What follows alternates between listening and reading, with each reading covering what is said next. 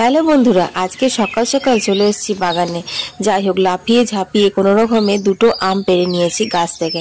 কালকে একটা 4 কেজি সাইজের শোল মাছ এনেছিল বুগলা বাবা। ভাবলাম এবছর তো আমশোল করাই হয়নি, তো কেননা আজকে আমশোল বানিয়ে ফেলি। যাই হোক, আমগুলো জলে ভিজাতে দিলাম, কারণ আঠাগুলো তো আবার ঘা হয়ে যাওয়ার ভয় থাকে, সেই জন্য।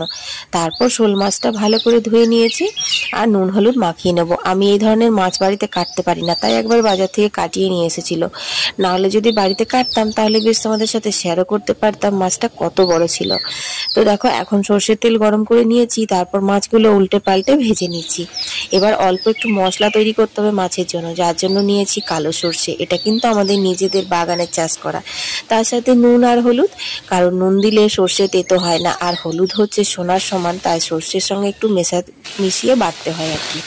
যাই হোক, সমস্ত কিছু করে নিয়েছি। তারপর দেখো, এখানে তেল পাঁচফোড়নের ওপর কুচনো আমগুলো দিয়ে দিলাম কাঁচা, তারপর সামান্য নুন হলুদ দিয়ে একটু নাড়াচাড়া করে অল্প একটু ঢাকা দিয়ে দিয়েছিলাম। তারপর জল দিয়ে দিলাম। জল দেওয়ার পরে কিন্তু খানিকক্ষণ বাদেই আমগুলো খুব সুন্দর করে সেদ্ধ হয়ে গেছিলো। আমাদের গাছের আমগুলো না টাটকা, তো সেই জন্য ভালো সেদ্ধ হয়ে যায়। তারপর দেখো, এখানে সর্ষে বাটাটা দিয়ে দিলাম, ব্যাস আবার কি ভরভরিয়ে ফুটে উঠেছে। এরপর আমগুলো দিয়ে দিলাম।